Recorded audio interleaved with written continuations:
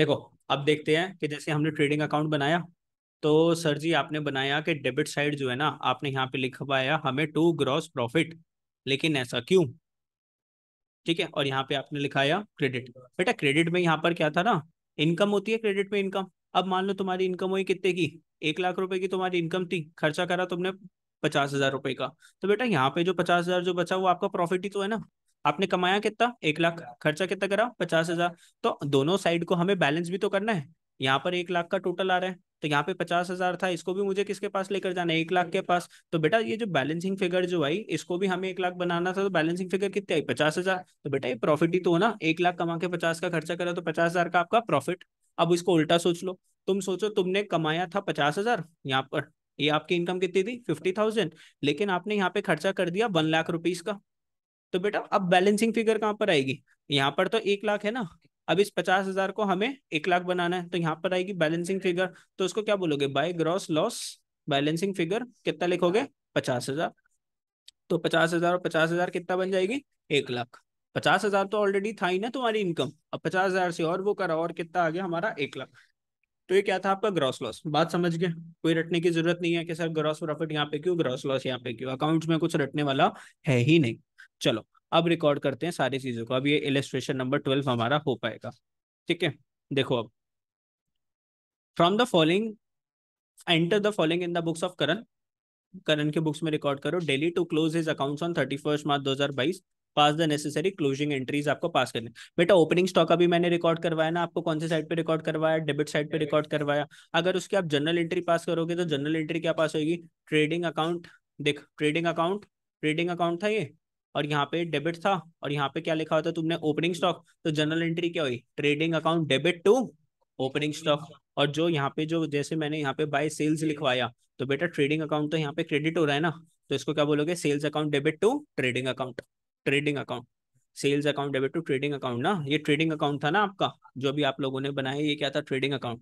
तो ध्यान से देख लो ना, जैसे यहाँ पर आपने क्या बनाया था, ट्रेडिंग अकाउंट बनाया था, ट्रेडिंग अकाउंट क्रेडिट, और यहाँ पर डेबिट। तो यहाँ पे तुमने लिखी कोई भी चीज ओपनिंग स्टॉक, तो बेटा इसकी जनरल एंट्री क्या करोगे, ट्रेडिंग अकाउंट डेबिट हो रहा है, तो trading account debit to opening stock. और यहाँ पर आपने क्या लिखा, बाय सेल्स।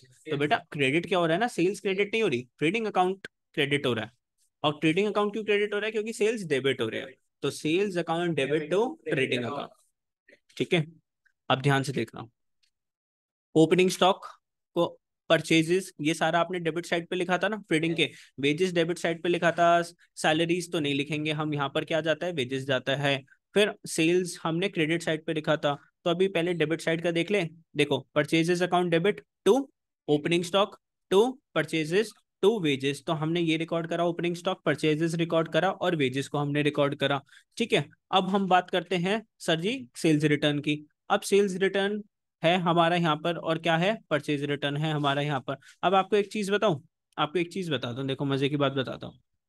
मैंने क्या बोला, जैसे मैंने आप लोगों को बताया था कि सेल्स रिटर्न को आपको यहाँ से क्या करना है, माइनस करना है, सेल्स में से क्या करना है, माइनस करना है। बेटा इसके दो ऑप्शंस होते हैं, या तो सेल्स में से इसको माइनस करके दिखा दो इस वाली साइड पे, या तो इसको माइनस करके दिखा दो, या फिर इसको यहाँ पर क्या लिख दो, प्लस में दिखा दो सेल्स रिटर्न में। क्रेडिट साइड पे दिखाना है तो या तो माइनस करके दिखा दो, या फिर डेबिट साइड के अंदर प्लस की फॉर्म में दिखा दो। तो सेल्स रिटर्न आप यहाँ पे भी लिख सकते हो। अब परचेज रिटर्न है, परचेज रिटर्न तुम डेबिट साइड में माइनस करके भी दिखा दो, या फिर परचेज रिटर्न को यहाँ पर भी दिखा दो, पॉजिटिव के अंदर, किसके अंदर, पॉजिटिव के अंदर। भाई सीधी सी बात है ना, जब परचेज डेबिट में आ रहा है तो परचेज रिटर्न किस में जाएगी, क्रेडिट में जाएगी। और जब सेल्स क्रेडिट में आ रही है तो सेल्स रिटर्न किस में जाएगी, डेबिट में जाएगी। रटने की कोई जरूरत नहीं है। तो या तो सेल्स को इसमें से माइनस करके दिखा दो, या अपोजिट में दिखा दो, या फिर परचेज को, परचेज रिटर्न को यहाँ पे माइनस करके दिखा दो, या फिर उस साइड पे क्या कर दो, प्लस में दिखा दो। ठीक है, अपोजिट साइड में दिखाओगे तो नेगेटिव में मत दिखाना। ठीक है, डन। क्योंकि अगर सेल्स क्रेडिट में आ रही है तो सेल्स रिटर्न किस में, डेबिट। अब देखो ध्यान से यहाँ पर, तो अगर मैं बात करूं, फिर सेल्स रिटर्न किस साइड पर आ जाएगी, हमारी डेबिट साइड पे भी आ जाएगी। तो देखो ओपनिंग स्टॉक आ गया, परचेज आ गया, वेजेस आ गई, और सेल्स रिटर्न भी आ गई डेबिट साइड पे। तो इसको आपने लिख दिया है, trading account debit, trading account debit to opening stock to purchases to wages to sales return. ठीक है, और यहाँ पर अगर हम बात करें तो और क्या आ जाएगा, दूसरी एंट्री क्या आ जाएगी, ये तो हो गई आपकी पहली एंट्री हो गई। अब दूसरी एंट्री क्रेडिट वाली साइड पे कौन कौन सी चीजें जाएंगी, क्रेडिट वाली साइड पे, तो भाई क्रेडिट वाली साइड पे आपका परचेज रिटर्न चला जाएगा। आपकी अगर हम बात करें तो सेल्स कहाँ है, सेल्स चली जाएगी आपकी क्रेडिट वाली साइड पे 88,000 की, परचेज रिटर्न 2,000 का चला गया। तो सेल्स अकाउंट को आपने डेबिट करा 88,000 से, परचेज रिटर्न को आपने डेबिट करा 2,000 रुपए से। और बेटा आपका क्लोजिंग स्टॉक होगा कहीं पे, ये रहा क्लोजिंग स्टॉक 40,000 का, तो क्रेडिट साइड पे हमने रिकॉर्ड करा था। और बेटा क्रेडिट साइड वो किसकी है ना, ट्रेडिंग, तो इन वाली चीजों में ट्रेडिंग अकाउंट क्या होएगा ना, क्रेडिट होगा। ट्रेडिंग अकाउंट क्यों क्रेडिट हुआ, बिकॉज ये सारी चीजें डेबिट हुई, सीधी सी बात इसको बोलते हैं। ठीक है। अब हम देखेंगे कि सर हमारा, हम बात करते हैं कि यहाँ पर प्रॉफिट एंड लॉस कितना हुआ ट्रेडिंग के अंदर। अब ध्यान से देखो, जब भी हमें अकाउंट्स को क्लोज करना पड़ता है ना 31 मार्च को, 31 मार्च को हमारे अकाउंट्स क्या होते हैं, क्लोज होते हैं। तो उस दिन तीन अकाउंट हम बनाते हैं, कोई भी कंपनी तीन अकाउंट बनाते हैं। एक तो वो क्या बनाते हैं, ट्रेडिंग अकाउंट बनाती है। एक बनाती है वो प्रॉफिट एंड लॉस अकाउंट बनाती है। कौन सा अकाउंट बनाती है, प्रॉफिट एंड लॉस अकाउंट बनाती है। और एक बनाती है वो बैलेंस शीट, क्या बनाती है जी, बैलेंस शीट। तो सर जी हमने ट्रेडिंग अकाउंट तो बनाना सीख लिया, अब क्या बनाना सीखेंगे, प्रॉफिट एंड लॉस अकाउंट बनाने में। अब ध्यान से देखो, ट्रेडिंग अकाउंट हमने बनाया था और ट्रेडिंग अकाउंट में हमारी आखिरी कहानी निकल के आई थी, यहाँ पर आया था हमारा ग्रॉस प्रॉफिट और यहाँ पर आया था हमारा ग्रॉस लॉस। तो दोनों में से कोई एक चीज आएगी भाई, दोनों चीजें मत लिखिए ना एग्जाम के अंदर कि हमारे सर ने ग्रॉस प्रॉफिट यहाँ पे बताया ग्रॉस लॉस, भाई एक ही चीज होगी कंपनी में, या तो प्रॉफिट या लॉस। अब कहानी आगे बढ़ेगी, कहानी आगे चलेगी, चलो जी प्रॉफिट एंड लॉस अकाउंट आ जाएगा। अब ध्यान से देखना, ये जो तुम्हारा ग्रॉस प्रॉफिट है ये आगे जाएगा, कहां पर जाएगा, प्रॉफिट एंड लॉस के पास। तो बाय ग्रॉस प्रॉफिट, प्रॉफिट है तो क्रेडिट में इसको ट्रांसफर करोगे, मान लो यहाँ पर आया 1 लाख रुपए, तो यहाँ पे कितने लिखोगे, 1 लाख रुपए लिखोगे। ग्रॉस लॉस आया तो डेबिट में लिखोगे टू ग्रॉस लॉस, एक्सपेंस है ना हमारा, तो यहाँ पे लिखा आपने, क्या लिखा, 1 लाख रुपए। अब बेटा यहाँ पे जो है ना कुछ और एक्सपेंसेस आएंगे, डेबिट साइड हमेशा कौन सी साइड होगी ना, एक्सपेंस की साइड होगी, और क्रेडिट साइड होगी हमारी इनकम की साइड होगी।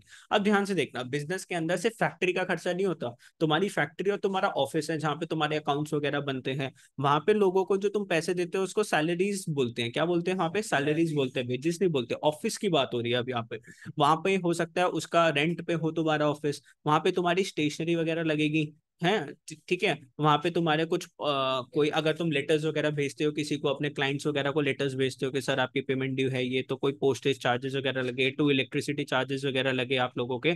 तो सीधी कहना मैं क्या चाहता हूँ ना कि डेबिट साइड पे आप एक्सपेंसेस को रिकॉर्ड करोगे, बेटा क्रेडिट साइड में आएगी आपकी अदर इनकम्स, कुछ इनकम्स। अब जैसे वहां पे तो आपने कोई सेल्स करा, अपना सामान कुछ आप बनाते थे, आपने सेल्स करके इनकम, अब हो सकता है आपकी कुछ और रेंटल इनकम भी हो। अब वो आपका बिजनेस तो नहीं है, जैसे मान ले मेरा बिजनेस क्या है, टीच, लेकिन मेरे पास एक रेंट की इनकम भी आती है, तो वो क्या है, मेरी अदर इनकम। मैंने कुछ पैसे बैंक में जोड़ रखे हैं तो वहां से इंटरेस्ट की इनकम आती है। मैंने कुछ शेयर्स में पैसे लगा रखे हैं तो वहां से शेयर से पैसे आ जाते हैं। ठीक है, तो ये आपके कुछ इनकम्स है, तो वो इनकम्स कहाँ पे लिखोगे, क्रेडिट साइड पे लिखोगे। मान लो मैंने अपने पड़ोसी के 1 साल पहले मकान बिकवा दिया था, तो वहां से मेरे पास कमीशन आ गई, तो यहाँ पर आप सारी इनकम्स को क्रेडिट साइड पे इनकम रिकॉर्ड करोगे। तो बाय रेंट रिसीव्ड इनकम में रिकॉर्ड करा, बाय बाय कमीशन रिसीव्ड, अगर आपको कोई कमीशन वगैरह मिल गई, कमीशन रिसीव्ड। कोई लॉटरी इनकम हो गई, बाय लॉटरी इनकम, ठीक है, लॉटरी निकल गई मान लो किसी की, तो लॉटरी की इनकम निकल गई। अब भाई सीधी सी बात है, अब दोबारा से बिजनेस आपने करा है तो इनकम भी आई, एक्सपेंसेस भी हुआ है, तो एंड में क्या आएगा, प्रॉफिट या लॉस। तो यहाँ पर आता है, इसको इसको बोलते हैं to net profit balancing figure, और यहाँ पर क्या आएगा, by net loss balancing figure. अब आप लोगों को पता है कि यहाँ पे नेट प्रॉफिट क्यों लिखते हैं और यहाँ पे नेट लॉस क्यों लिखते हैं, ये चीज मैंने उसमें ग्रॉस प्रॉफिट और ग्रॉस लॉस में आपको एक्सप्लेन करा था। ठीक है, तो ये आ जाती है आपकी क्या, बैलेंसिंग फिगर। तो ये हमने बनाया कौन सा account, profit and loss account. अब देखो ध्यान से देख लो, अब मेरे साथ बस इसको ओवर कर रहे हैं फिर। अब देखो ना क्या करा था हमने, यहाँ से जो प्रॉफिट जो आया था, ग्रॉस प्रॉफिट जो आया था, उसको हमने किस में ट्रांसफर करा था, पीएनएल के अंदर ट्रांसफर करा था ना। देखो देखो जी, देखो देखो, ग्रॉस प्रॉफिट में आपने ट्रांसफर करा था कहाँ पे, यहाँ पे ट्रांसफर कर दिया था ग्रॉस प्रॉफिट को, यहाँ पे पीएनएल के क्रेडिट में ट्रांसफर करा था।